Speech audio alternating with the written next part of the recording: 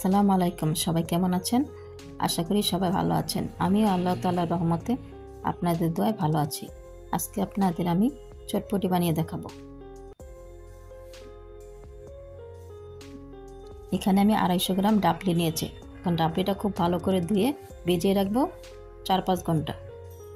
দেখতে পাচ্ছেন ডাবলিটা ভিজানো হয়ে গেছে, ফুলে ডাবল হয়ে গেছে ডাবলিটা। এখন আমি পরিমাণ মতো লবণ দিয়ে দিব সামান্য একটু খাওয়ার সোডা, হাফ চামচ হলুদের গুঁড়া দিয়ে ডাবলিটা খুব ভালো করে নরম করে সিদ্ধ করে নেব।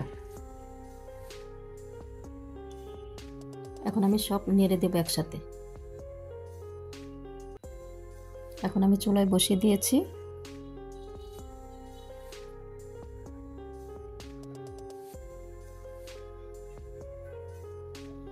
এখানে আমি কড়াইতে 2 টেবিল চামচ জিরা আর 6-7টা শুকনো মরিচ খুব ভালো করে ভেজে গুঁড়া করে নিয়েছি। এখানে আমি দেখতে পাচ্ছেন তেঁতুল হাফ কাপ পানি দিয়ে ভিজিয়ে রেখেছিলাম। এখন আমি একটু চটকে তেঁতুলের মাঠটা বের করে নেব।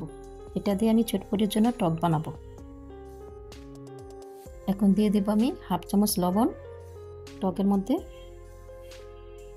হাফ চামচ বিট লবণ। এখন দিয়ে দেব আগের থেকে তৈরি করে রাখা মশলাটা, হাফ চামচ, 2 টেবিল চামচ চিনি,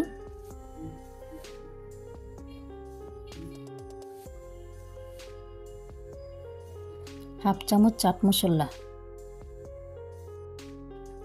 এই চাট মশলার রেসিপিটা আমার চ্যানেলে আছে, আপনারা চাইলে দেখে আসতে পারেন।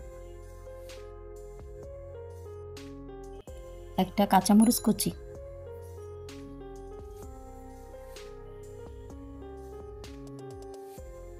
সামান্য একটু লেবুর ছিলকা কুচি করে দিয়ে দেব।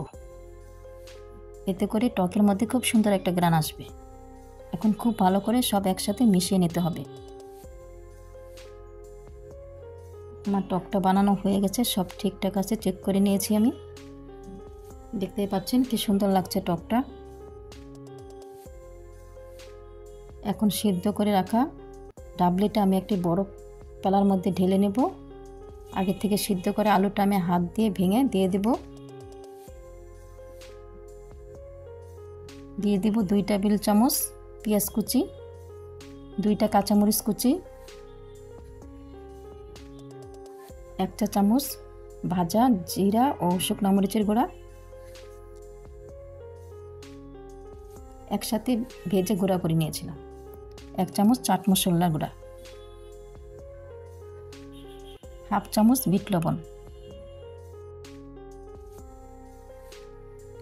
এখন দিয়ে দিব আগের থেকে সিদ্ধ করে রাখা ডিমটা আমি গ্রেট করে রেখেছিলাম, দিয়ে দেব। এখন দিয়ে দেব তেঁতুলের টক। এখানে আমি 4 টেবিল চামচ টক দেব। আপনারা আপনাদের স্বাদ মতো দিয়ে নেবেন, যে যতটুকু টক খেতে পছন্দ করেন। সামান্য একটু লেবুর রস।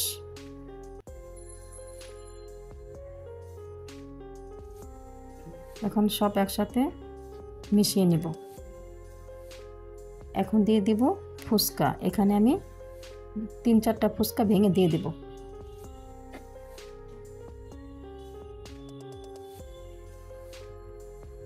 এখন সব ভালো করে নেড়ে মিশিয়ে দেব। আমার চটপটিটা বানানো হয়ে গেছে।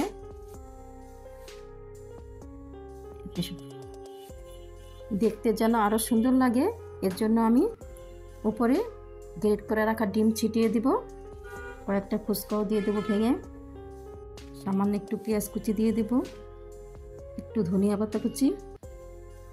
এই তো তৈরি হয়ে গেল টক ঝাল মিষ্টি চটপটির রেসিপি। আমার ভিডিওটা যদি ভালো লাগে আমার চ্যানেলটা সাবস্ক্রাইব করবেন, পাশে থাকা বেল আইকনটি ক্লিক করে রাখবেন। ধন্যবাদ সবাইকে এতক্ষণ পাশে থাকার জন্য।